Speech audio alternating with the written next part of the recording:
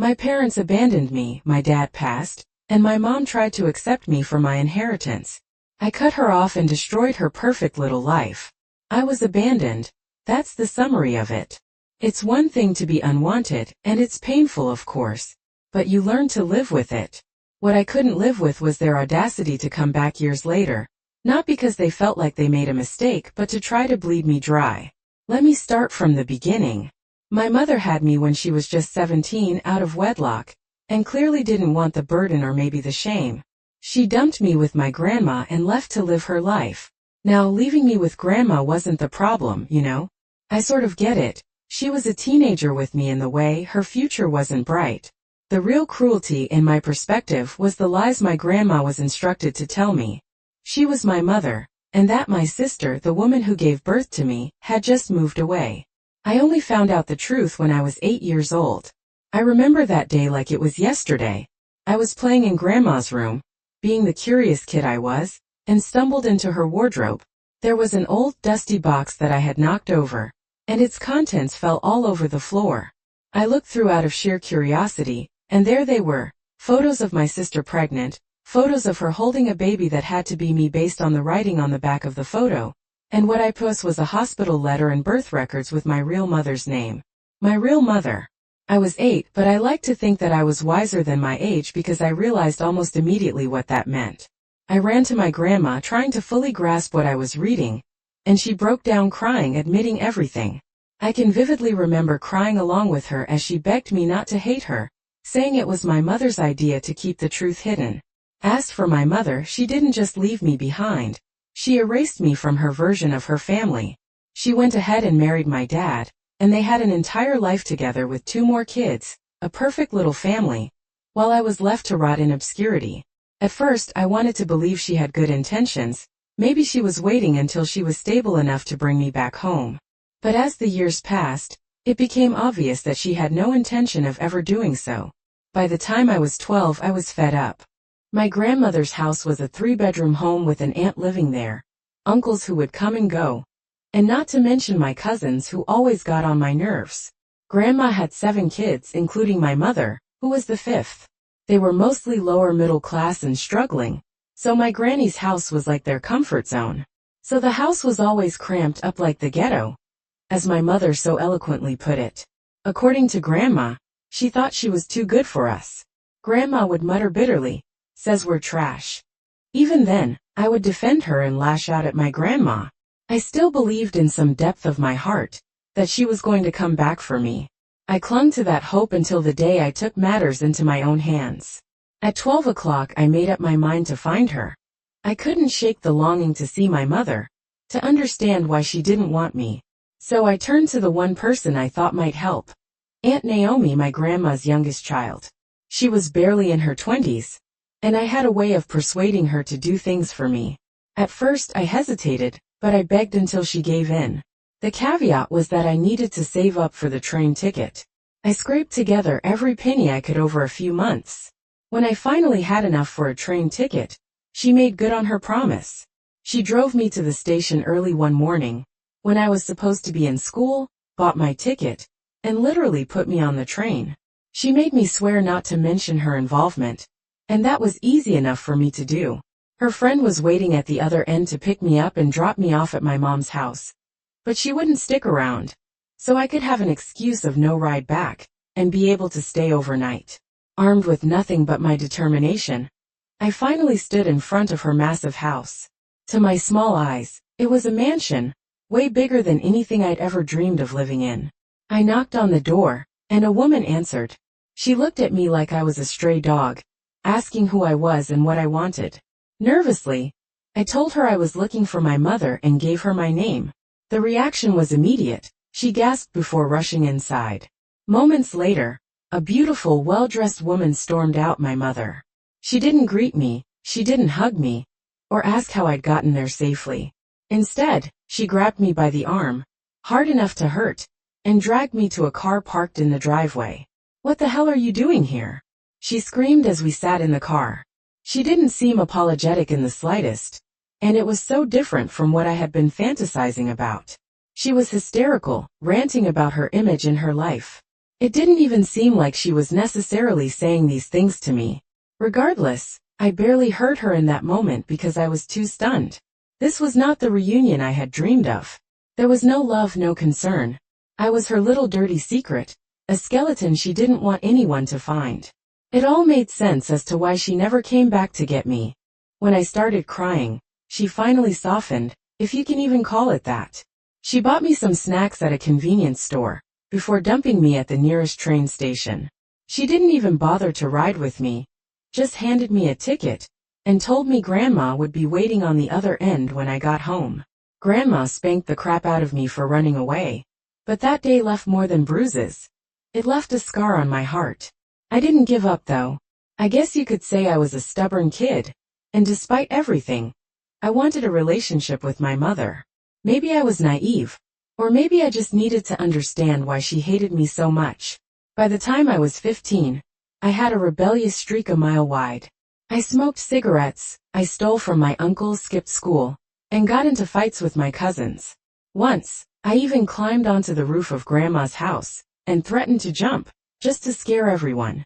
Another time, I burnt my cousin's school books in the backyard because she had poured coffee onto one of my favorite Nora Roberts books. Yeah, I was a handful.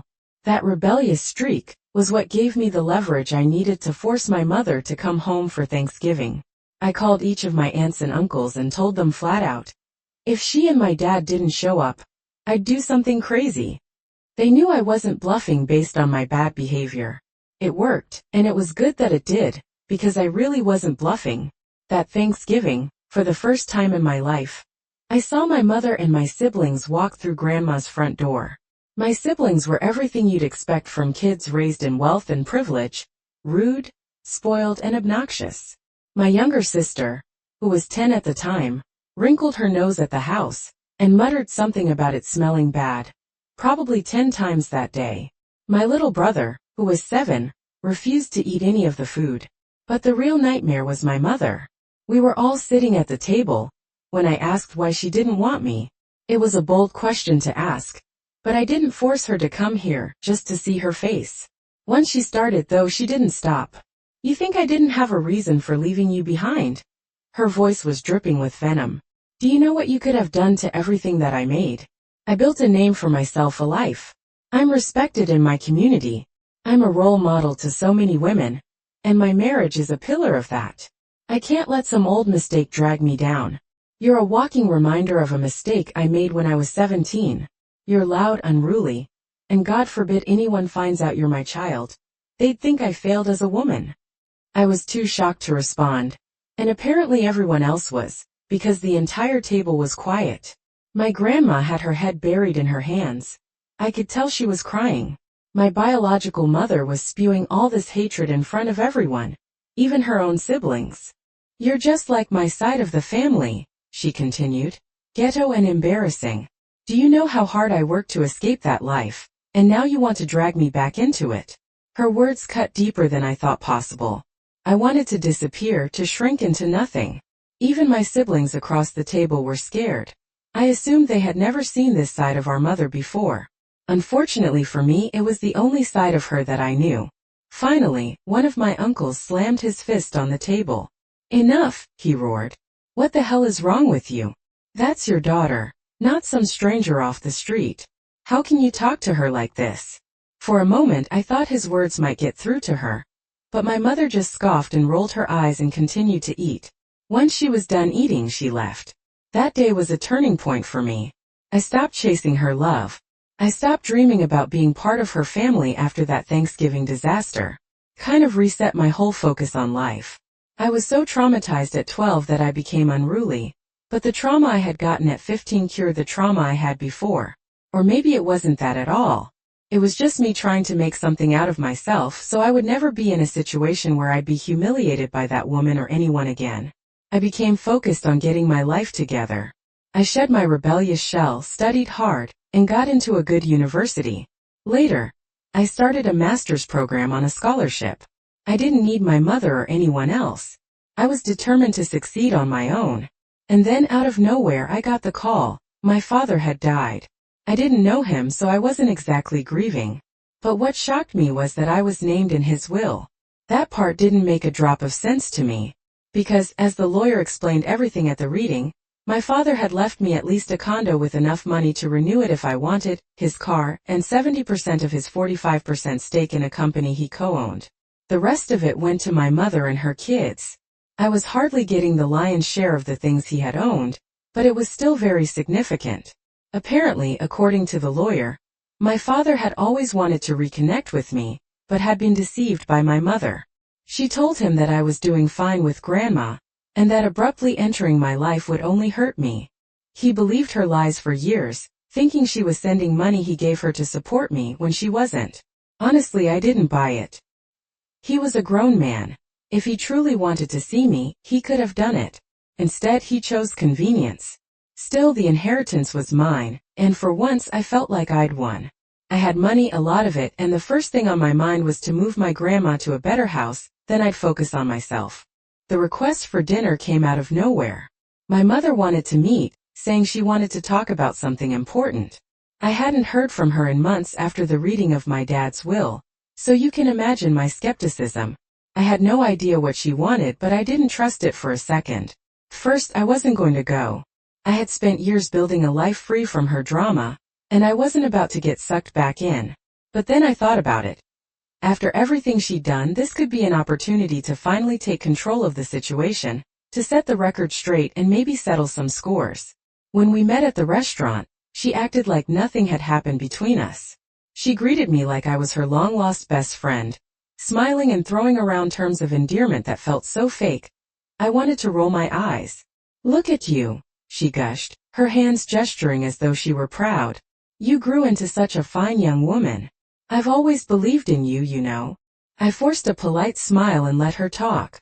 She spent the first 20 minutes rambling about her life, her so-called struggles, and how family should always stick together. She was laying the groundwork, but for what? Finally, she got to the point. "Your siblings and I, well, we've been having a hard time lately," she said. "It's been tough keeping everything afloat. You know how it is with Dad gone, and with you doing so well now." There it was. She didn't come out and ask for money directly, but she didn't have to. She laid it on thick, talking about how much she regretted the distance between us, and how she hoped we could start fresh as a family. She even had the nerve to bring up my father's inheritance, saying something like, "Your dad would have wanted us to be united," and something about her contesting the will. The gall of it was almost impressive. I left that dinner angry but also determined. If she thought she could manipulate me into bailing her out after years of neglect and abuse, she was delusional. Still, I wanted to confirm my suspicions. I reached out to my aunt and casually brought up my mother. "She's been struggling, huh?" I said, playing it cool. My aunt didn't hesitate. "Oh, you have no idea. Between the debts she racked up and her business going under, it's a mess. She's desperate." "Did she say something to you?" I asked. My mother wasn't reaching out to rebuild our relationship. She wanted money, my money. And that's when I started planning. I knew confronting her directly wouldn't work. People like my mother thrive on manipulation and lies. She'd just deny everything, twist the narrative, and make me out to be the villain instead. I decided to turn the tables on her. If she wanted to play games, I'd play to win. The opportunity came sooner than I expected. She called me a week later, asking if we could meet again. This time, she said, she wanted to have a family gathering at my place. "It'll be good for us all to come together," she said. "We can catch up and finally be a proper family." I agreed, but only on the condition that she let me plan the event. I told her I wanted to make it special and insisted she invite her friends and some of her community group. She jumped at the idea, probably thinking it would make her look good. She didn't know that I did not intend to make her look good. I quietly did my research in the weeks leading up to the event. I reached out to a few people from her community, the ones she always bragged about being close to. I asked them innocent questions about her business and financial situation, framing it like I was just curious about how she was doing. Her marriage counseling business was obviously failing because she's been mismanaging funds. There were rumors that several of her clients had filed complaints against her, and others claimed that she was facing legal action. I wasn't surprised. She was a nasty person beneath it all. Everything went according to plan the night of the party. My mother arrived early, dressed like she was walking a red carpet. flashing smiles like she'd won some grand prize. To everyone else, we looked like a close-knit, loving family. To me, it was just another performance. I played along, nodding and smiling as she made a big deal about how proud she was of me. But the entire time I was watching her, waiting for the right moment. When the room was buzzed and everyone had a drink in hand, I stood up to make a toast. I just wanted to thank everyone for coming tonight. I began, raising my glass. It means so much to have you all here to celebrate family. My mother beamed at me, clearly expecting some kind of tribute to her. She was soaking up the attention like a sponge, but I continued. I think it's only fair that we're honest with each other. After all, isn't family supposed to be built on trust? The room went silent. You could feel the shift in the air. Her smile faltered, and confusion flickered across her face. I started laying it all out. Who and what I am to the family, how she treated me as a child, and her excuse for not raising me. I went on to spice it with the rumors of unpaid money she'd coined out of her business and the people, the lawsuits, the lies she'd spun to manipulate her husband. I didn't yell or get emotional. I just stated the facts one after another, like I was reading a grocery list. When I was done, the room was so quiet the look on people's faces said everything: shock, disgust. As for my mother, she was trembling with rage, her face flushed a deep red. She tried to interrupt me, to deny everything, but the damage was already done. The people she'd spent years trying to impress now saw her for who she was. It didn't help that she couldn't deny everything with her full chest. After my toast, she stormed out of the party, dragging my siblings behind her. Some guests followed, probably out of sheer awkwardness, but others stayed, whispering amongst themselves. I just stayed there and finished up my glass of wine and the food set before me. The next day, the fallout began. My mother called me repeatedly, leaving a string of voicemails that ranged from furious to pitiful.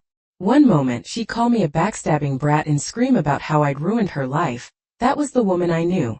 The next, she'd beg me to help fix the mess, claiming that she was still my mother and the family should stick together. I ignored her. When the calls didn't work, she tried reaching out through other family members, but the thing is, most of them had been burned by her at some point too. My grandmother, in particular, was livid when she found out my mother had tried to pressure me into handing over my inheritance. Grandma didn't mince words. She called my mother out for being selfish and manipulative, which was the end. None of that worked, so my mother showed up at my apartment. I wasn't surprised when I opened the door. She immediately tried to push her way inside, but I blocked her just like she did when I was 12. Do you have any idea what you've done?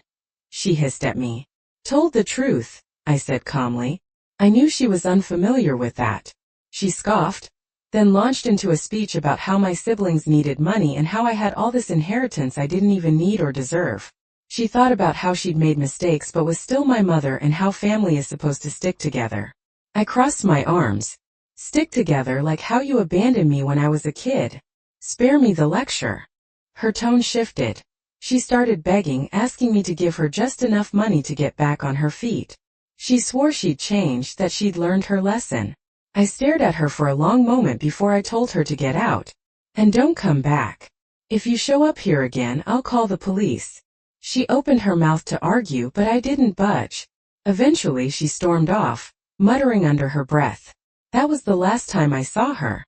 She kept trying to contact me for a while, but I blocked her on everything. I even changed my phone number. I didn't care anymore. She'd burned every bridge, and I wasn't about to let her drag me down with her. The fallout from the party hit her hard. Word spread quickly about what I'd exposed, and her reputation took a nosedive. Clients dropped her, friends themselves, even some family members who had stuck by her for years finally cut ties. I wish I could say I felt bad, but I didn't. She spent her entire life manipulating people and leaving chaos in her wake. She left me out of her life, her own child, because I wasn't good for her PR. She made her bed, now she had to lie in it. As for me, I finally felt free for the first time. I wasn't weighed down by my family's toxicity. I focused on my career and friends and built a future that wasn't tied to their dysfunction. My grandmother and favorite aunt had been my rock then, and I will do everything I can to support them as I move forward. Now and then, I hear updates about my mother through mutual acquaintances. She's still trying to claw her way back up, but it's not going well. Part of me doubts she'll ever change, and you know what? That's not my problem anymore. They say you can't choose your family, but you can choose whether to let them control your life. I chose me. I'm glad that I did. It's never easy when people who are supposed to care for us end up being the ones who cause the most harm. It's completely understandable to feel cautious about your mother's intentions now. When someone repeatedly puts their own interest ahead of their child's well-being, it leaves scars that don't heal easily. But you've managed to create a life for yourself despite everything, and even found a way to give back to someone who truly cared for you. That takes courage. She likely won't ever change, but you don't need her in your life, do you? Now you can be the one to turn away. Do you have a similar story? Let us know below, and thank you for joining us today in the R Lounge. Be sure to like and subscribe, and hit the notification bell so you don't miss out on our next video. Until next time, and please put your chair back where you found it.